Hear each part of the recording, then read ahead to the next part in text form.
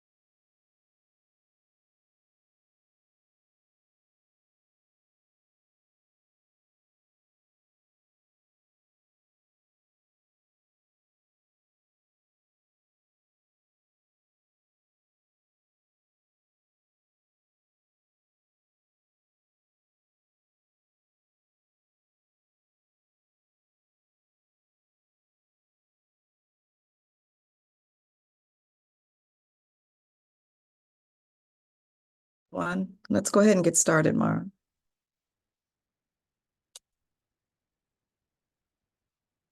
So good morning, everyone. Again, I'd like to say happy Friday. It puts me in the mode for Friday. And then we get Monday as well. So I can't wait to have a longer weekend. And I know some of you do and some of you don't, but this team needs it bad right now. I saw one of them shake their head yes on the list here. So I'm just going to give you a couple of repeats. I know I've said them before, but I just want to do it again. Our Chicago Early Learning RFP has been extended. I don't have a date yet for when we will be getting that RFP out. The RFP, as you remember, when we put it out in 2019, contained all of our federal and state funding. We're still in discussion around what and how. And so up until we are able to confirm all of that, we can't get it written. Therefore, we can't get it launched. We are trying to do something in the fall of this year.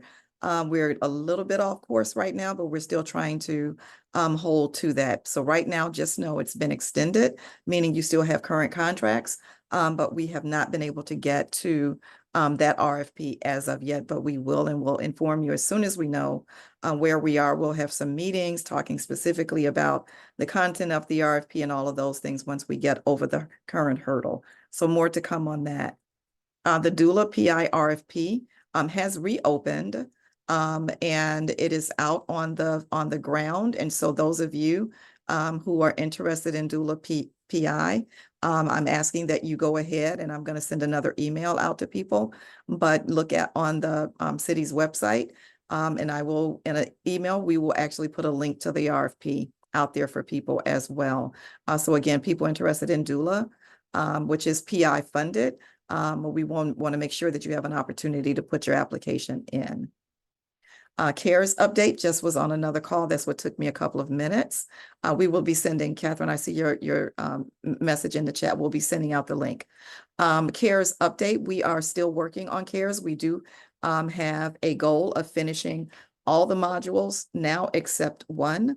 And so for those of you who use CCAP, we're still working on that CCAP module. And I know that we are going to get everything done, we believe, for the module, but training about the module will go into April. And so just know we're still working on the last piece of that. So those of you who have DFSS CCAP, we're working on the enrollment and billing. We're doing some testing on the module that's being created right now, but know that that one is going to move a little bit, as far as training anyway, it's going to move a little bit past the end of March, but all of the other modules will be done and complete from HRPD all the way through all the other modules.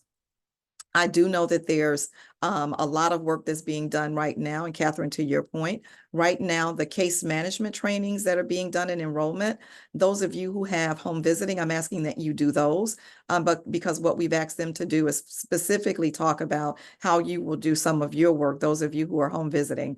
So if you've not registered for those trainings, the trainings are listed in our CSD update. And we ask that you make sure that you and your staff sign up for those specific trainings. Again, it's enrollment and case management. And so we'll do some other work, but we know that you need those in order to understand the system enough to even do some parts of your work. So I am asking you guys who have home visiting to do that. FA2, we know the focus is going to be on program quality and health and safety. We have not received our notification for FA2 as of yet, but we still are scheduled for an FA2 this program year. So we know we are now into March. We know that, we operate year round. And so one of the things that we know is we still have time in the calendar for us to have an FA2 from the federal government. And FA2 would be for our Head Start funded agencies, along with those who have EHSCCP. And so please understand, we will be looking forward to receiving notification for those. I check my email a couple of times a day just to see if I've gotten notification. As of the time that I got on here today, I did not. So we're still looking forward to getting notification for FA2. Right now, we are still in our class review. And in our class review started February 14th, meaning that the window opened that we could actually start including into the system the videotapes that we're taking in classrooms. This is specific to Head Start classrooms only, but know that we're still in that window. We've got a lot of our staff here in DFSS who are now what's called recorders. So they're out and about going into classrooms with their iPads and with the equipment that was provided to us from Office of Head Start, which is the mic and a stand, so that they can hear the teacher in the classroom, and then they're using iPads so that we can visually see into the classrooms. And so know that that is going on right now and is going to continue to go on for a while. And what I say a while is April 8th, 2024. It is not my goal that we're still inputting videos on April 8th, 2024. I want us to have finished before then. We do have some that we're going to be retaking. And I'm going to talk a little bit about what we're doing now with class that is going to lend itself into FA2. So for those of you who have federal dollars and could have an FA2, Head Start, Early Head Start, CCP, we've had one for expansion. We're due for another one for expansion, for example. I just want us to think about some of the things that we're doing in classrooms that are going to be concerns, not just in class, but they will be concerns also in an FA2. So just remember, class, we're doing it virtually. We opted to do that. FA2, there is no option to do that virtually. Federal assessors, some of them are class assessors, and then some of them who've run and operated early childhood programs across our nation are the individuals who will be here going into classrooms. Those individuals understand what kinds of things they should be looking for.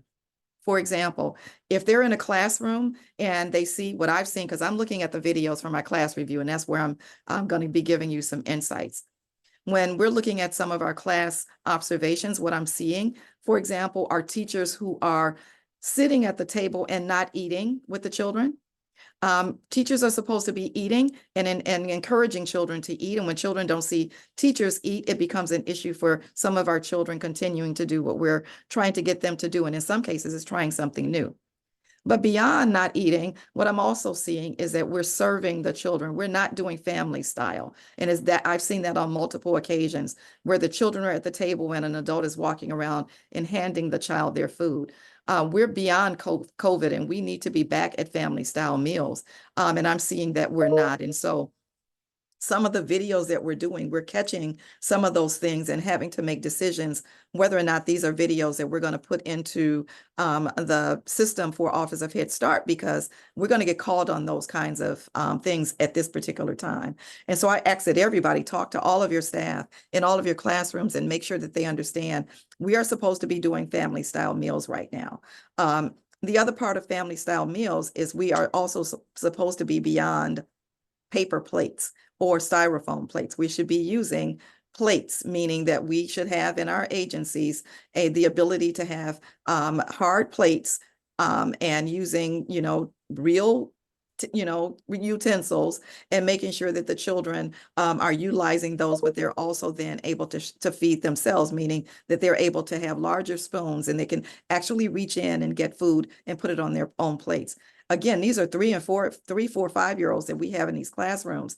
And What they're not able to do on their own is learn how to do that. And they're going to transition out of our program and be really, really at a deficit going off to kindergarten. If we're not doing it, we're really hindering their growth and development. And so I'm asking everyone to start thinking about what's going on in your classrooms.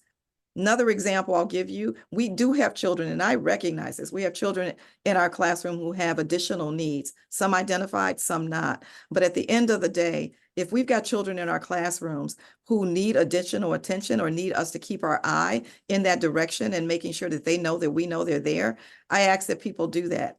In watching a video, what I did observe for about 7 minutes, I watched a child literally wander around a classroom, and not one adult in that classroom acknowledged him. One of his peers finally came over to the child and said, "Would you like to come and play with me?" It was after the child, and I think it was a recognition from the teacher hearing it, then the teacher said to the child, "Would you like to come and do the activity I'm doing at the table?" Prior to that young child saying that to his peer, the child had gone over, and I couldn't see the cubbies, but I know it was cubbies, because he had gone in and thrown his coat to the floor. He was like, yeah, what am I doing here? He wasn't engaged in any activity, and no one was communicating vocally with the child and helping him think about where in that classroom he may be able to find something that he might be interested in doing. No one did that. And so 7 minutes of that video, it was seen that the child was observed with no adult interaction. Those kinds of things, as we know in early learning, are just non-negotiable. Office of Head Start, it's non-negotiable. In early learning, it's just non-negotiable. Somebody needs to be making sure that that child is being made aware of, that we see you and that we're here for you. When we're talking about emotional support, there was no emotional support for that child. And so as a result of that, that score in that classroom would be really low because that one child had no emotional support from the adults. That's a problem. When we're looking in classrooms and we can hear, we can see, we know what's going on. One of the things that I've also noted is I'm looking for instructional learning for children. What I'm finding is we're in circle time and we're talking in the morning about, our start of the day, who's here, singing the song, "Guess who came to school today?" All those things are going on. And then children are moving into activities around the classroom. Whole room is open. I can choose where I want to go. Great for children to have choice. And then we come back to the circle again, where we sit there and we talk a little bit about something. And we may actually read a part of a book, but then we go directly back to free choice. And that's the entire morning for those children. And so somewhere in there, we're looking for instructional. And how do we get a score for instructional support when we didn't see, for example, teachers offering instructional support? And so these are the kinds of things that we're seeing in class, observations, the videos that we're seeing. I'm glad that I'm seeing these. I'm glad that we're looking at these and we're kind of making some choices about which ones are going to go into the system. If they were on the ground, meaning that we had class observers from feds here in our classrooms, there would be no second guess at this. There'd be no way for us to say, "Oh, no, don't score those activities." These things would be scored. And so we're going to do is we're going to come back and we're going to have a whole lot more conversation about what the expectations are in classrooms. What I'm not seeing is I'm also not able to see the curriculum being really utilized, meaning that listening to what's going on, I'm not really seeing the connection to curricula, and I'm not seeing the carryover, and what I'm also not seeing is scaffolding for children. And so these are things that are a concern that's coming up for me and for those who are helping me review videos.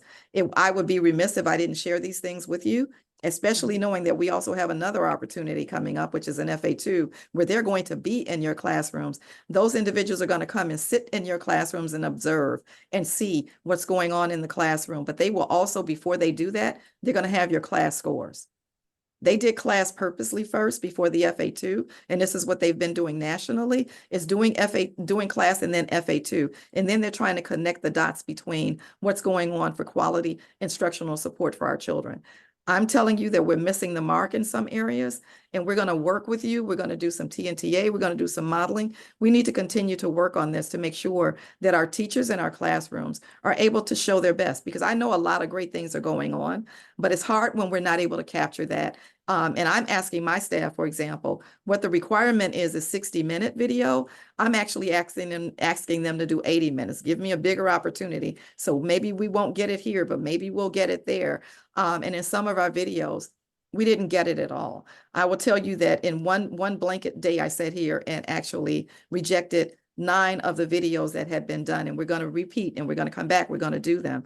But the bigger question is, how do we then work with our teachers to make sure that they understand what quality instruction across a child's day needs to look like? And those are the kinds of things that we're going to have to follow up with and do more to make sure that we're getting to that, so that we're not missing the mark here with our class observation, nor are we going to miss the mark with our FA2. I know that was a lot, but it was necessary for me to say all of that because, again, what I'm seeing, I got a lens in the programs because I'm actually watching videos. The videos come back in and they're proposing the video in the system. They're proposing it to me for me to watch and review. I have someone else helping me watch and review, but I'm watching and I'm reviewing and I'm taking notes as I'm doing that. And so I wanted to take an opportunity today just to talk about some of what I've observed. And I know I've got some other notes from observers who are looking, individuals who are looking as well. But what I didn't want to do is be remiss and not bring this up today with all of you, because we have some work to do in classrooms to make sure that that quality instruction can be observed here in class review, but also seen when the reviewers are in your house and in your classrooms. And that is still coming up. I'm going to stop for a moment and answer some of the questions that are in the chat. Family style for Head Start only? No. Family style, we should be a family style across the board. We should be at family style because children at this age need to be learning how to manipulate those tools, including sitting and serving themselves and doing all of what they need to do in order to make it through the day. If we're not doing that, especially now, tomorrow is March 1st. If we're not doing it now, you only got a couple of months to really work with your PFA children that may be transitioning off to kindergarten to help give them the skill sets that they're going to need to be in these classrooms in kindergarten. And so we have some work to do. And so family style should be in both. I will be providing the information, meaning the link to the doula RFP, so that people are able to see that. I'll do an email after the meeting to make sure people have access to that. What is the update on doula PI schoolmen and CSD Cares training? As I said, we're doing CSD Cares trainings is going on right now. Those of you who have home visiting doula should be doing the enrollment management and also case management, because those are the 2 modules that you're going to need in order to do your work. And so I'm asking people today, if you've not done that, that the training dates are in the CSD update. And I just met with Catalyst, our provider. We're going to be adding some additional enrollment and case management so that additional people who are on wait lists, and making sure that you all who've heard my voice today know that I need you to go ahead and sign on and register for those trainings. So please make sure you're looking at the update that's going to come out, and also the email that I'm going to be sending out. And in that email, I will be actually making sure that you understand what is going on with training and everything that we are, especially around CARES right now, and also the email regarding PI doula RFP. There's a message to confirm the ECBG PFA PI term is through June 30th, 2024, but I'm going to have to extend that beyond that date because your RFP will not be on the ground before then. And in order for us to actively contract, we have asked for an extension from the mayor's office and has been approved, which will allow us to do one more contract cycle. In order to do the contract cycle, I need to know what's going to be in the RFP, what dates are going to be in the RFP, because the contract will align to that RFP. So more to come by the end of this year. We'll be putting all of this out. We'll know more. You'll know more. We'll continue to talk about it and making sure that we get it as soon as we can. Received positive responses from CSD Cares training, HR, and enrollment. Glad to hear that. More support is needed in navigating with SchoolMet. I'm writing a note right now. We're going to ask our vendor, who is actually Vera Communications, who's doing the trainings around SchoolMet. And so we'll be working with them to make sure that they are able to do some additional trainings around SchoolMet. Because again, one of the things I want everyone to hear me say, all children need to be enrolled through SchoolMet. those that we fund. Enrolling them through SchoolMint means that they get a CPS ID.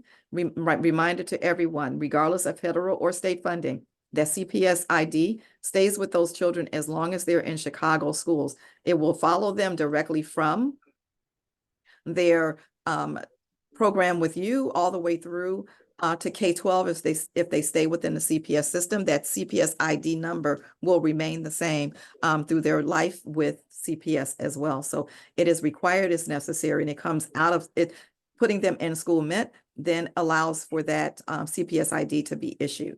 One follow-up to that is if you are not doing it, what we are having a struggle with is enrolling specifically your PFA-PI children into our enrollment report for CPS, because without a CPS ID, your enrollment record cannot be uploaded to CPS. And so if you have children that you've not put through SchoolMint, we need to make sure we're working with you to get that done, because that CPS ID is required in order for their enrollment record to be accepted. So more work to be done on that. One more that's just come in for clarification, contracts will be extended. I will be able to tell you what date the contract will be extended through once we know where we are with the RFP. Then we'll be able to talk about what dates, and those dates will be in the RFP. Right now, I can't say. We're still working on that, but more information to come. And that will clarify for you your contract, the date of the contract, and the RFP. One other reminder, the application will launch very soon.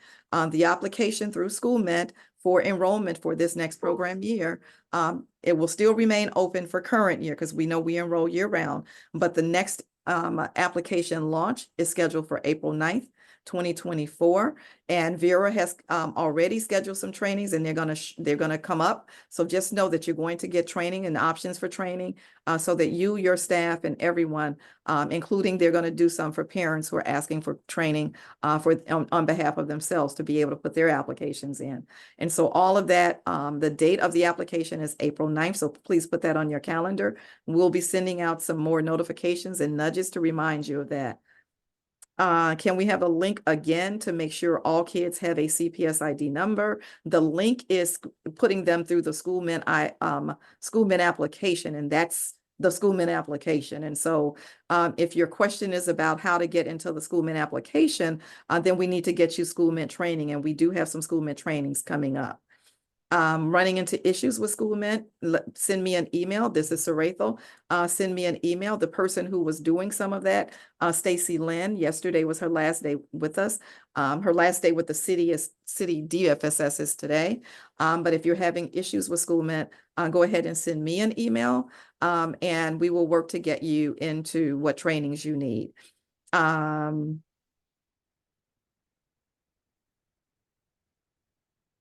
Hopefully, Cindy, I'm trying to make sure what is meant. Hopefully it doesn't end during the school year to not affect current program students enrolled. And so even though the contracts, no, we're going to do everything, Cindy, we're trying. I know what happened before.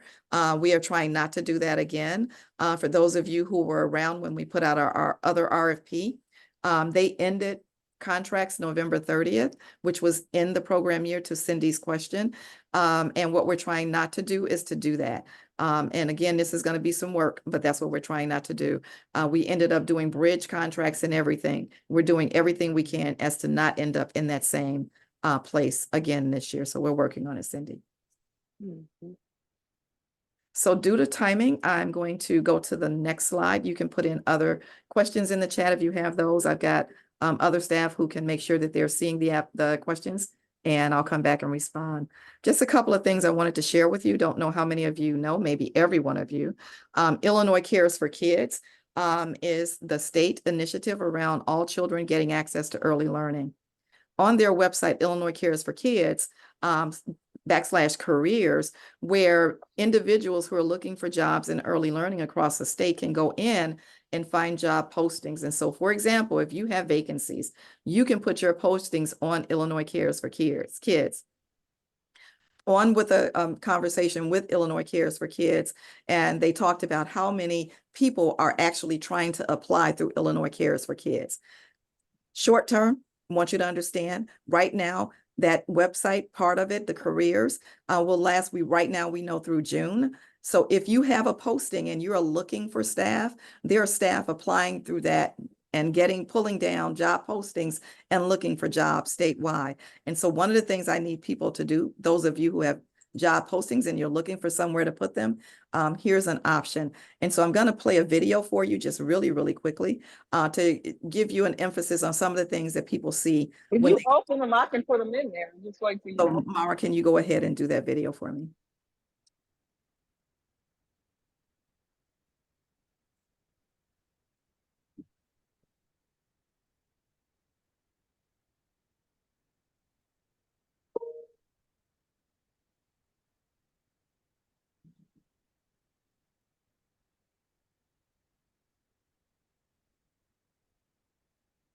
I'm going to just pop that this time.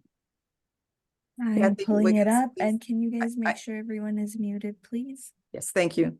Kathy Wiggins, please mute.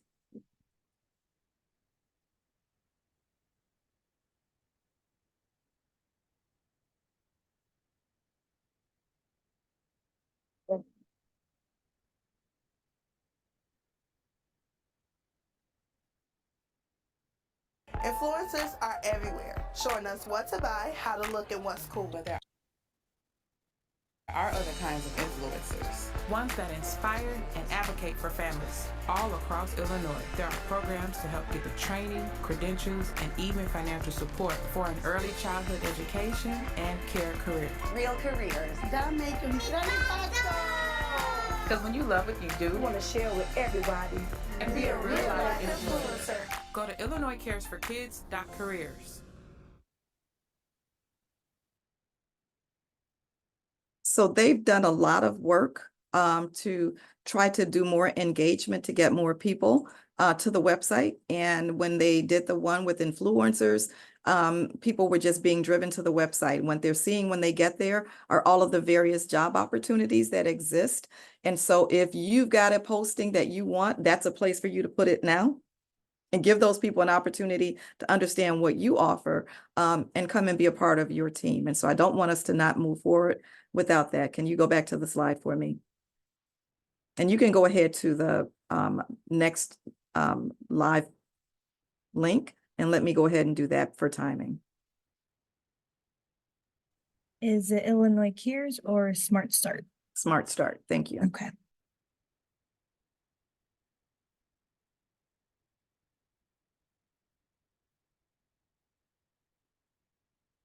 So one of the things I just want to make sure that you guys are all looking at is this website. Go ahead and scroll for me. I want you guys to know that, you know, information about credentialing scholarships, slow down right there, and career leads is right there, and it says apply now. So people can go on, they can see the videos. There's multiple videos. I only showed you the one. Multiple videos. If you're looking and you just don't know what a home visitor does, if you don't know and you get to see some of this, it's a little bit of a glimpse into your world that people who want to join are getting an opportunity to see. They will be able to take a quiz to learn more about these different positions. And then they're able to access scholarship resources and credentialing information right there. And so individuals who might be thinking they want to get into the career are actually going on and doing an apply now, doing the screening and seeing which one is a better fit for them. And then some people who are just looking for a transition in job or looking to come back in, we're finding all of that is happening on this website, which is great. But if you're not there, you're not getting the opportunity. So I do recommend that you do that. Go ahead and scroll up a little bit more. Explore early childhood education and care. Just make sure these are the kinds of things that they get to see. Talks about what it is to be a child care provider. Talks about what it is to be an early intervention provider. Talks about what it is to become a home visitor. These are opportunities they get to learn more. It's just another way for people to learn more about what it is that you do and what kind of staff you need in your house. And so again, if you're not using it, I'd say you link your website, put it out there so everybody can find you. Go ahead, Mara. And so Illinois is ranked in the top 10 for childcare accessibility.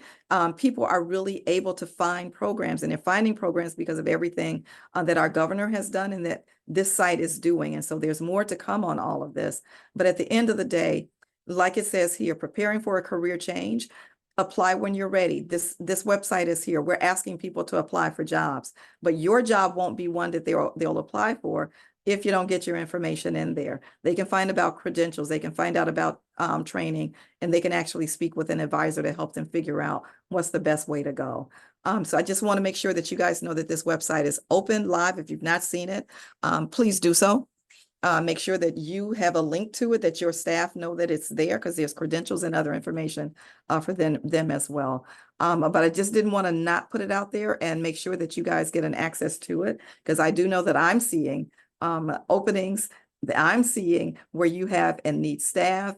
I'm seeing where you have classrooms that you're not able to operate because you don't have staff. So every opportunity that we can get our hands around, I'm going to shoot it out there to you, because we want to be a help agent in you guys getting some of your positions filled. If you can now go ahead to the governor's information for me. Thank you. And so we know that our governor started off, which was great. He started off his announcement when he was doing his budget address. He started off talking about early learning. And so our governor is well invested in early learning, wanting to make sure that the dollars that he said he wants to provide, of course, the budget has to be approved. Don't get me wrong.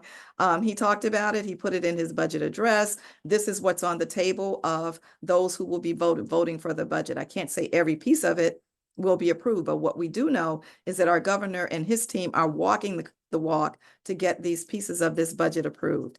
And so right now, that multi-year program for comprehensive approaches to investments in preparing children to be lifelong learners. The 2-year investments includes, number one, a $13 million investment to launch the Department of Early Childhood. He wants an entire department around early childhood. Right now, it is a division. He wants a department. That's on the table for our legislators to approve. And he's put a $13 million investment for the start of that. That's $75 million in additional ISB. It's there again. He said he wanted to do this year 1, year 2, 3, and 4. You can see that $75 million again in his budget. Approximately $200 million investment in funding for early childhood workforce compensation contracts. And so what that is making sure that we're raising salaries within our child care programs, because one of the things we know is individual agencies who provide CCAP, for example, those wages are extremely low. All of early learning salaries in many cases are not meeting the mark based on credential requirement and full salary and benefits. But what we do know is we're really needing to stabilize the operations. And so this is one of those. That $200 million investment is stability and operational funding to promote quality. Another $5 million increase, because what we want to do is expand the opportunity for home visiting. And then the other early childhood investments are including another $36.5 million to support higher participation in child care assistance programs. So again, getting more people access to a child care assistance program. We know that parents need child care assistance because they need to start earlier in the day, and they need after school programs. All of those things are necessary for our children to be in safe, loving environments, those environments that you operate. $5 million in state funds for EK scholarships. We had hoped for more. This is one of those where we had hoped for more, but EK scholarship is the statewide scholarship. You know that we have the Chicago Early Learning Workforce Scholarship here in Chicago, but ECASE, we do know some of our staff, some of your staff are enrolled in ECASE and being awarded, and their scholarships are funded here. The scholarship is to replace the federal funds that had been used, because that's how we started this, was federal funds, ARPA funds. And this $5 million replaces some of those funds that are being discontinued. Again, helped for more, but there is a $5 million investment in his budget. And then there's something here, the $3.5 million, which is the second year of the Dolly Parton Imagination Library for early childhood literacy. And we're going to start doing some of that around that in the city of Chicago. And so we'll be spending some time talking to some of you about that as well. And so again, I just wanted to make sure that everybody understands there is a investment in early learning, that our governor said this when he was reelected and in his last term, that he wanted to do something different around early learning. He charged a commission to come up with what did they feel needed to be done in roles to push quality and all of these things for early learning. And so those are some of the things that are outgrowths of those discussions that happened when he first came on board as our governor. And one of those is that new Department of Early Childhood. There's an advocacy group or commission that's out there now looking at what all will end up under Department of Early Childhood. And we can talk more of that to keep you guys on board with what's going on as it moves forward. But again, just wanted to bring to you and remind you of the investments that's being made in early learning from our governor. Again, this is a budget. It is a budget proposal, and we'll know more in the next couple of months about his budget and what is actually approved after everything goes through. Catherine, I will give you the actual name of the group for the Early Childhood Department. I will have to go into my email because I don't want to misquote it. So I will put that out in the chat as well. So I thank everyone. I'm going to now turn it over to Sheree. Thank you, Saratho. Good morning, everyone.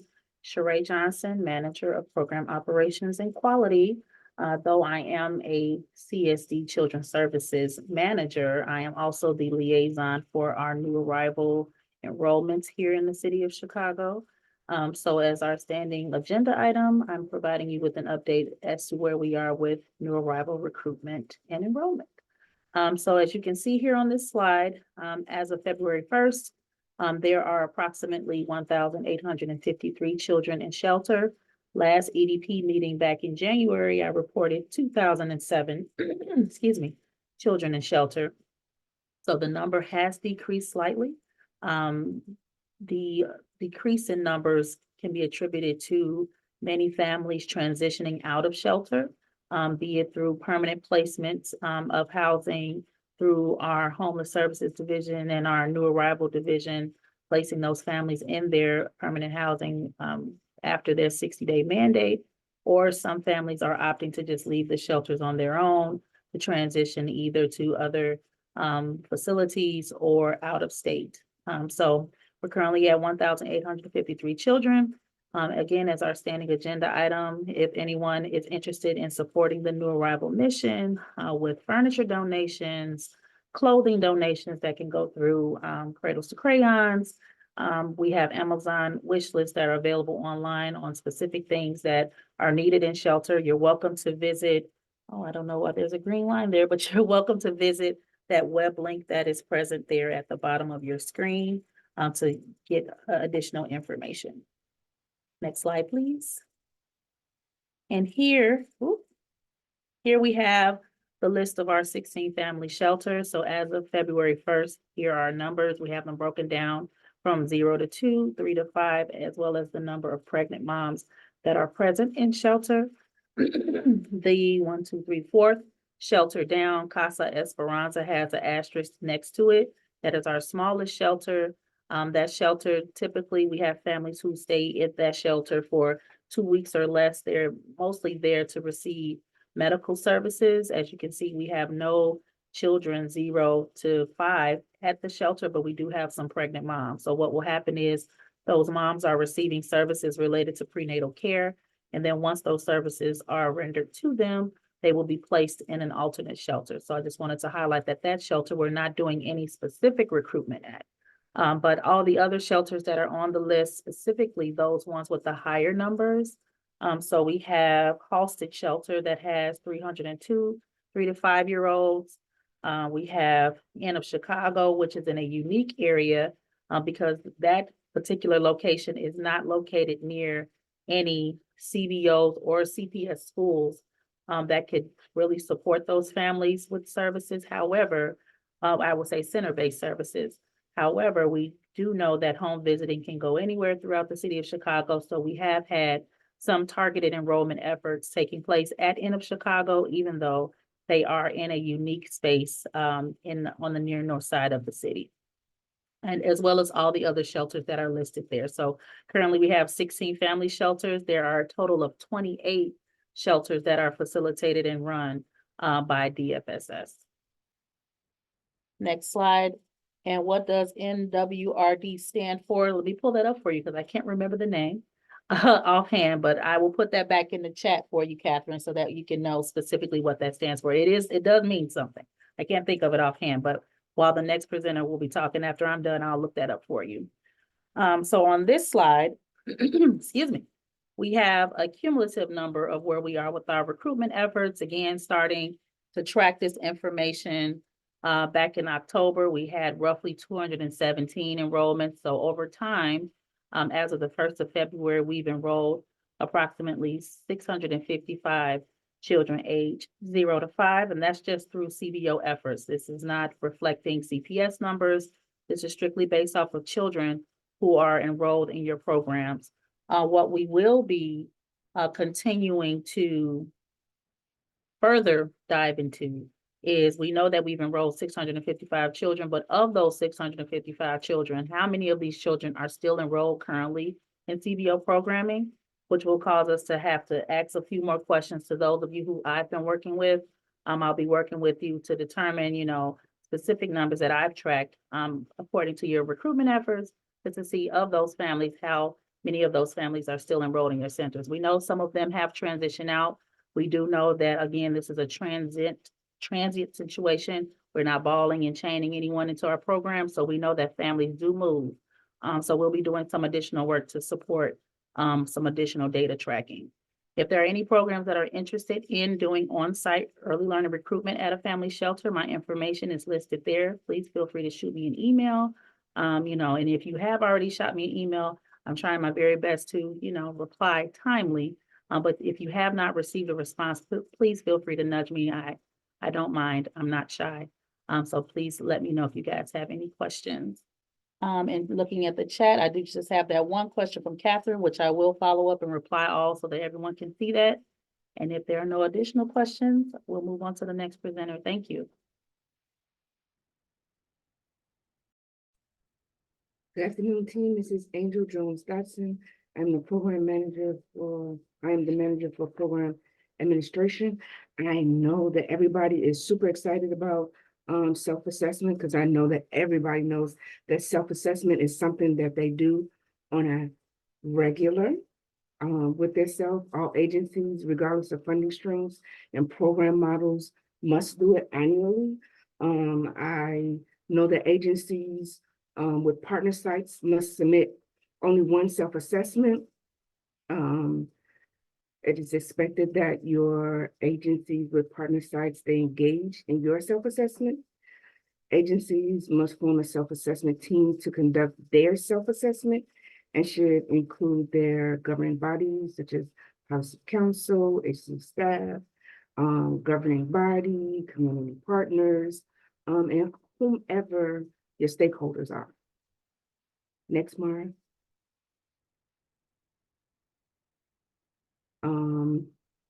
So I will say that a completed agency self-assessment will be marked complete when the components are submitted, which is the report and the survey. Templates are included in the CSD update, and I want to say they're going to go out on a weekly basis on Fridays, because I know we do a lot of CSD updates. We do them on Wednesday and Friday, but I want to say for Friday, it'll be a standing agenda for the CSD update. Please be sure to follow the instructions, and if you have any questions, feel free to reach out to Ms. Vargas. I put her information here for you. Please note that they're due May 15th. Your self-assessment. I think I have one more slide, Mary.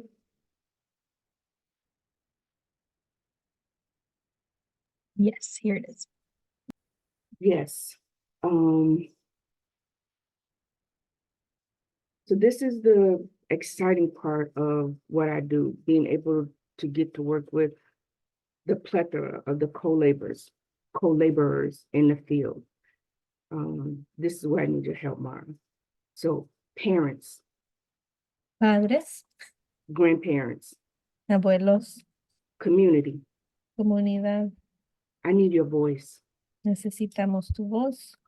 Come volunteer Venga como voluntario for our annual para nuestro comité anual. self-assessment committee. Comité anual. Thank you. Yeah. And please continue to look at our CSD update alerts, because more information will be following. Thanks. I didn't see any questions. So our next presenter is Mr. Brown. Hello, everyone. I'm Jeff Brown, the licensing coordinator here at DFSS, and I'm going to take you through some licensing matters that it's kind of going to be a reminder for some of you and maybe something new for others of you. So we want to talk today basically about, is your city license and your state license in good standing? Most of the time when a agency is not under licensure, it's because of very simple things that can be reported to us and keep matters rolling along so that you can have your license renewed and funding is affected and all of that. So we'll talk about those things right now. So what keeps you from good standing licensure? Corporate amendments, change of capacity, change of business name, holds, and failed inspections.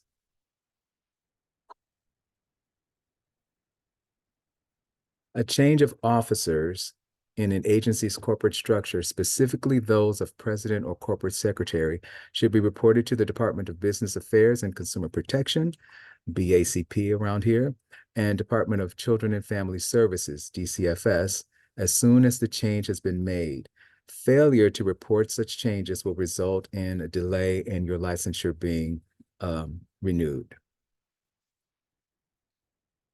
Change of ownership.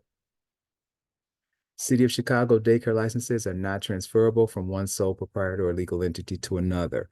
You cannot transfer a license, you have to apply for new licensure. So if there's any change of ownership, it has to be reported to both City of Chicago and DCFS so that we can take you through the appropriate measures to make sure that it's done well and by standards.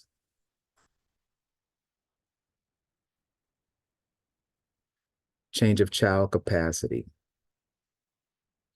When an agency wishes to increase the number of children at a site and that number will exceed the capacity listed on the site's state daycare license, the agency must report the intended increase to DCFS. Failure to do so may result in city and state fines and citations. Change of legal name, change of business name. An agency's change of legal or corporate name must be reported to BACP and DCFS, and the agency must complete a change of legal name application at BACP. The agency must be in good standing with the Illinois Secretary of State to complete this process. A DBA is the name a site does business as and may be different from the agency or the site's legal name. For example, agency All for the Child Incorporated uses the DBA Inglewood Child Daycare Center. The DBA may be different at each site an agency operates. When an agency changes a site's DBA, it must report that change to BACP and DCFS and complete a change of DBA application.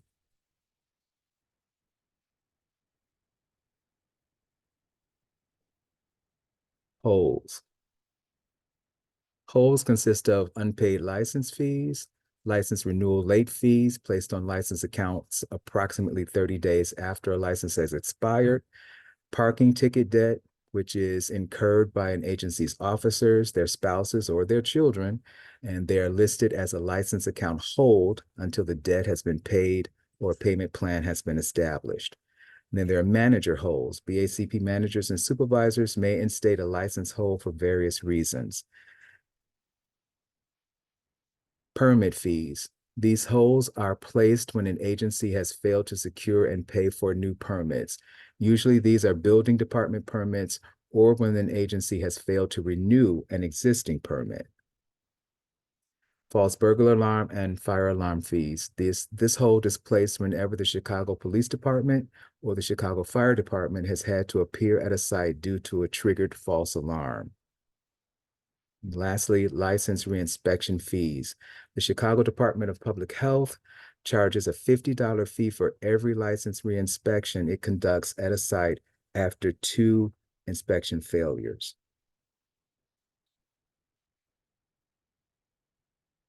Inspection failure. Approximately 2 months prior to the expiration of a site's City of Chicago business license, inspectors from the Departments of Fire, Public Health, and the buildings, including electrical, plumbing, and ventilation bureaus, are notified to inspect the site for license renewal. VACP will not issue the site's new license until all 5 inspectors have granted approval.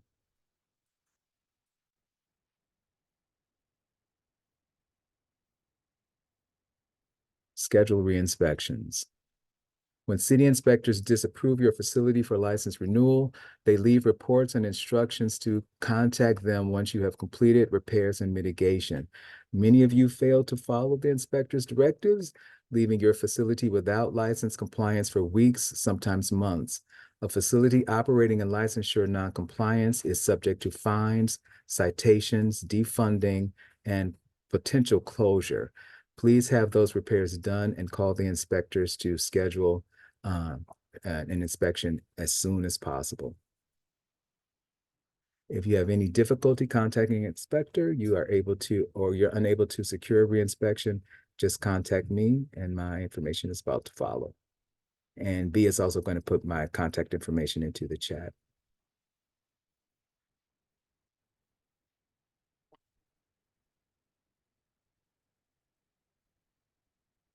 Your license certificate always displays an expiration date. So what we've seen when some of the support services coordinators have come to your site is that you have the certificate of change listed on your or posted on your wall. That certificate only shows that you've gone through a change of officers, a change of DBA, change of legal name, etc. It is not your license certificate. Your license certificate is the one that has the expiration date at the bottom of it. Those change certificates are meant to be placed alongside your actual license certificate. Once your license is renewed, all of the changes that are on that change certificate will be put onto your new license certificate, and that is to be posted.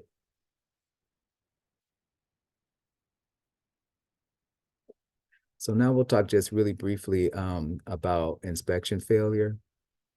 So we have 7 common childcare facility failed license renewal inspections. The reasons why they failed the license renewal inspections. I actually queried the city inspectors to find out what the common ones are, and they are surprisingly simple ones, but they happen all the time. So they need to be, when they come out there, they sometimes need to be able to access your roof, your boiler room, and your electrical panel. If they're unable to do so, that's an immediate failure. And then there are TMVs. This one gets a little bit technical, but basically it's a thermostatic mixing valve. It's a valve that blends hot water with cold water to ensure constant, safe shower and bath outlet temperatures, preventing scalding. That's basically it in a nutshell. And so if those are ever in need of repair, the plumbing inspector and the fire inspector will fail your site for renewal. This is probably the most common one: carbon monoxide and smoke detectors that do not have batteries. Just stay on top of that and replace the batteries. Unsecured cleaning supplies is another very common one. Those supply cabinets have to be locked. There should be no access to those cleaning supplies for the children. Here's another very, very common one: exit lights and signs that are not operational because the battery is out. That should actually just never, ever, ever happen. That's a very important thing, as you can imagine. You need to have your exit lights and signs operable at all times. Change the bulbs, check the batteries. Unsecured mop sink. The mop sink, again, should never be, the children should never have access to your mop sink. And the one that grosses everybody out, that is fairly common: insufficient pest control. If they see any signs of pets, they're going to disapprove you. The other thing is if your pest control log is not up to date, they will disapprove you for that as well. And then you have some pretty common ones, sort of on the miscellaneous side. Unprotected electrical outlets, inadequate food storage, missing and incomplete medical kit, any trip hazards on the floor, peeling paint, dangling wires and cords, and unsecured light fixtures. So if you have any questions, if there's anything in the chat, B, can you let me know? Yeah, Jeff, there was one question. Thanks, Denise. She was asking if all programs needed to send you the city licenses. And yes, all Yes. programs. Mhm. That was it. Great. Thanks, everyone. If you have any questions, feel free to call or email me. Thanks, Jeff. I'm gonna do this slide after I say this. So your information, again, is timely. As I mentioned before, for those of you who have federal dollars, but also state licensing reps are out there. But for federal, just know that when they're doing their on-site visits for FA2, they're looking for all the things that Jeff just talked about. They're looking for your up-to-date licenses. They're walking your site, looking for health and safety issues, which he just described, dangling cords, all of those things, your emergency lights not working. All of those things are going to be looked at and documented as those visitors are in your buildings. And so everyone, please just think about where you are, what you need to do. And, make sure if you have some additional questions, Jeff has given you his information, please reach out to him. But no, your license can be held up, your state license can be held up, but also there can be all kinds of other consequences as a result of tripping hazards and safety hazards for children in your facility and also your playground structures. And so again, just a heads up, these are all things that people are looking at. Remember, Chicago's getting some great weather right now, maybe not so much today because it's cold outside, but it's opening the door for everyone who wasn't able to go out or were thinking that they couldn't because of what our normal weather is like. But they're out and about in community and they're looking to see whether or not our environments, our early learning environments, are actually safe. And so don't want anyone to end up getting, a violation unnecessarily. If it's something small that you can take care of, please do so. And we know we're in Chicago, the things that go outside or live outside. I hate those pictures that he put up, but that's okay.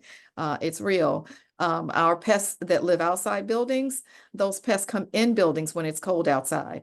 And if you've not protected your interior of your structures, where you have food, where your food is stored, if it's not in the right containers and they see droppings, those are going to be violations, people. So just another heads up. So thanks again, Jeff, for bringing all of that information to everyone today. Thank you. My pleasure. You're welcome. Role-based training. We were talking about some of the trainings already. I mentioned that we're doing enrollment management.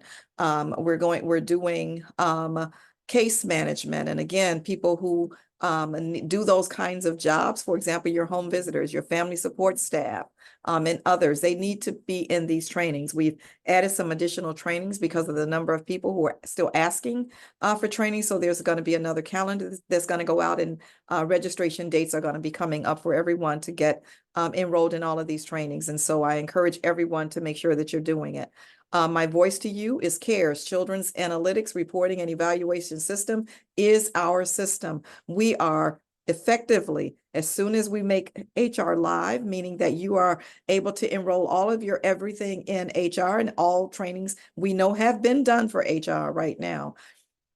CARES is our system. COPA will only be used for having information as in a holding pattern. It will no longer be open to you to enroll children, do attendance, do your entry for your family support staff during their case notes, et cetera, et cetera. All of that's going to be done or should be done right now in CARES. And if individuals in your organization still need training so that they're effective and able to do this, you need to be signing on and getting the trainings done right now. COPA again, is only going to be a system where we house data from the data that was previously there. We're going to leave that data in there because for federal statute, state, for example, we've got to be able to access old data. It'll be there for us, but it will not be your accessible system where you can go in and do any of your work. CCAP is the last one that's in there right now. And we're working as feverishly as we can to get CCAP up and running in CARES. It'll be in CARES as well. So I understand you all need training. You need schoolment training to enroll your children. You need training in some of you in some cases to make sure that you're able to do all of what you need to do.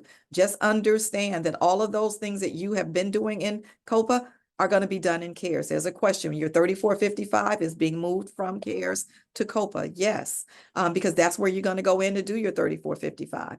This is, again, my voice to you. I know we've been saying this for a couple of years, but guess what, everybody? We are here now. All of our modules are in the system. Information and data has been moved over to the system. I did ask this morning because I know people were still using HR as we asked you to do, for them to pull another extract from COPA and then upload that into CARES. But again, we are moving away from COPA. CARES will be your system and only system. You are not going to, as soon as we know we've moved everything, when we know CARES is working with everything, meaning that COPA and all that data is over there, that's going to go away. You're not going to have access.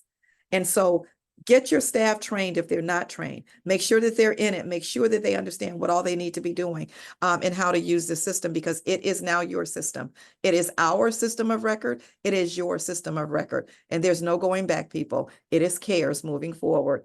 March is now here as of Friday. We've been working with our vendor to finish all of our modules. The only one where we won't have trained everyone, as I said earlier when I started, is for CCAP. But the rest of the training modules have been open across the way. There is knowledge management still. If you sign on to CARES, you can go in and you can get all of the trainings, you can get the videotapes, and all of those things are available to you on the front end of COPA. Excuse me, CARES. And so we're here now where CARES is your system. And so if you have any staff member who has not been trained, you got to let me know so that we can make sure that we don't miss a step here. Everything is going to be over there. The trainings, I'm glad, Catherine, were thorough. That's what we've been asking. We know we had a rocky start, for example, with some of our trainings, and we worked with our vendor to do exactly what you're saying. We're asking them to be thorough.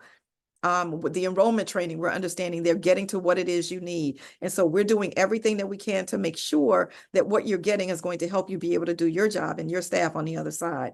But we're here now. We're here in 2024. End of March is going to be here. And I'm telling you, you're going to find that we're going to be shutting off COPA and you won't have access. And so if you've not moved over and had all of your staff move over, we're going to have an issue. You're going to have an issue if you have CCAP for any of our CCAP.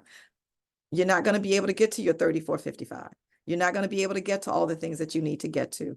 When we roll over next program year, there's not going to be anything in COPA. Everything we do is going to be done in CARES. This summer, everything in CARES. Right now, everything in CARES. And so we're here. Took us a while, but guess what? We finally made it. And so I thank all of you who've been going. I've been looking at the training registrations and the number of people that have been attending. So I thank you. I thank you. I thank you. We still have trainings on the books through the month of March. We're going to continue to do this to make sure that you're ready, set, and able to use CARES functionally, and that your individuals who do specific roles at your organizations will be able to be effective. And so, again, we're here now. That's all I can do is ask you to continue over this next month or so to make sure that you get everything that you need. And then if there's something in addition, I know before, one of the things that we would say is email Stacy Lynn, who's no longer with our division. So I'm asking you now to email me, and you can add Sheree and Angel to that email so that we're able to then follow up with you for anything else in addition to what we're doing right now regarding CARES. Again, start getting into your mind and have your staff get into their heads, CARES, because we're going to stop saying the word COPA very soon. So I thank you for everything that you've been doing on behalf, and I'm going to turn it over to the next presenter. Thank you, Sarito. Hi, everyone. Nicole Roberts here from DFSS Finance. I'll go over the fiscal updates for you today. For FY23, the federal grants that ended November 30th, we are in closeout. The final drawdown has been submitted. These expenditure rates will not change in significance to what they are now, depending on any internal audit findings. But Head Start ended up at 88%, Early Head Start 81%, CCP 79%, and Expansion 82%. For our current FY 24 federal expenditure rates, we are at 9% for Head Start, 7% for Early Head Start, 5% CCP, and 6% Expansion. And both of our state grants are at 41%. FY 23, as I mentioned, for our federal grants are now closed. For FY 24, we expect that all invoices through the end of January period covered are submitted by this time. For the December 2023, it is very important to note, communications have gone out from our accountants. If any 2023 expenditures have not been submitted by this time, you must report the accruals to the finance accountant. Anything that has not been submitted in the iSupplier system or has not been reported on accrual for anticipated future invoices to be submitted, you do risk the failure to utilize those funds, and they could be rejected. For FY 24 childcare CCAP funds, all of the invoices through January 31st should be submitted at this time. And the same thing for the block grant, PI, PFA programs. All of your July through December 2023 invoices should be submitted. If you still anticipate any outstanding invoices, same as with the federal grants, please report those to your finance accountant as soon as possible, so we can ensure that those can be paid for you. And then invoices through January 31st should be submitted in the iSupplier system at this time. Important upcoming dates to note, please put these in your calendars. For PIPFA budget revisions should be submitted on or before May 15th. And I'm sorry, the FY 24 invoice submission deadline will be July 22nd. Please keep that date in mind to get ahead and make sure that, you know, well in advance of that time, at least through May 31st period covered, your invoices are submitted. And then any June, we do understand that some pay cycles get very close to this deadline. So if you can just have your invoices ready, we want to make sure that none of your invoices are cut off and rejected for payment. For iSupplier, please make sure that your insurance is up to date. I have been made aware that the city has partnered with a third-party insurance company. They are, you may have received an email from MyCOI tracking. Your program contact North Finance here have much information on that, but I will put in the chat the email and phone number for contacting this third-party vendor. It is important to note that anyone contracting with the city will be required to have an account with all of your up-to-date insurance in there. And if there's insurance requirements that you are being notified you failed to meet that are not applicable to you as an early learning program, I'm being told that you must submit a waiver. If you don't have a waiver on file, the comptroller's office may hold your invoices for payment. So please make sure, if you have not received these email notifications, go to the website, register. If you have any questions and are receiving responses from MyCOI, please let us know and we can refer you and make sure that your questions are getting addressed. And then I just have there again all of your finance contacts. Any questions? Let me know. Thank you. Nicole, there is one in the chat box. Okay. And I'm just going to read it in entirety. We continue to experience substantial delays in payment, particularly for PFAPI vouchers. This was discussed during the 216 fiscal community of practice, in which agencies shared impacts on cash flow. Can you please share an expected timeline for catch up? Yes, so unfortunately, at this time of the year, the voucher audit team is receiving an influx of vouchers, not only from here at DFSS, but all departments within the city. And they're doing their best to get all of those as they, first in, first out. But there are certain funds that have closeout dates in advance of others, so they do have to prioritize those so we can ensure that we are able to remit our closeout reports to our funders. Typically invoices should be paid within 30 days of submission. The voucher audit team, now that we have finished closing out our November 30th grants, are starting to prioritize the ECBG invoices, but if you are experiencing cash flow issues, you can reach out to us and we'll try to help assist in getting those expedited. We are aware of the delays and we do apologize. They're working with a limited team over there as well at voucher audit, so we do appreciate your understanding, but just reach out if you have any further issues or inquiries. Thanks, Nicole. One other one in the chat. Are we moving away from having to upload insurance in iSupplier? That is a good question. I will have to get back to you on that answer. Thank you. Those are the only, well, one more. Are my COI delayed approvals impacting comptroller invoice payments? We were told at this time they should not be. Eventually, as time goes on, they will start to delay payment on the invoices. But as everybody's getting acclimated to the system, I think they're holding out on that process for now. Thank you. That was the last one that I see. Okay, thank you. Thank you.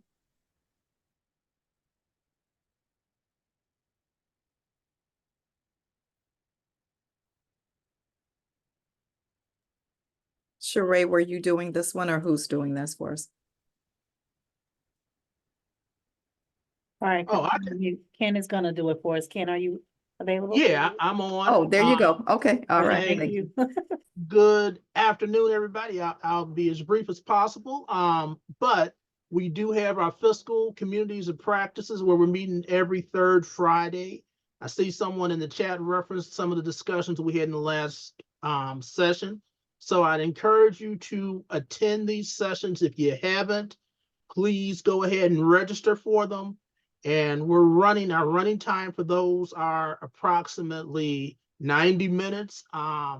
So it's not a long time commitment, but I think it's fruitful for all parties involved to be able to share and exchange ideas and issues and best practices as well. So please make sure that you join the fiscal community of practice, or if you're fiscal people who aren't on this call, let them know about it. We're going to be running all the way through November, so please join. Also, our training schedule has been posted for the year for PDM all the way up through November. So we have various trainings in different categories listed for each month starting in March, as well as URSEA, fiscal, transportation, human resources, et cetera. So please take advantage of the trainings that DFSS is trying to provide for U.S. delegate agencies. Yeah.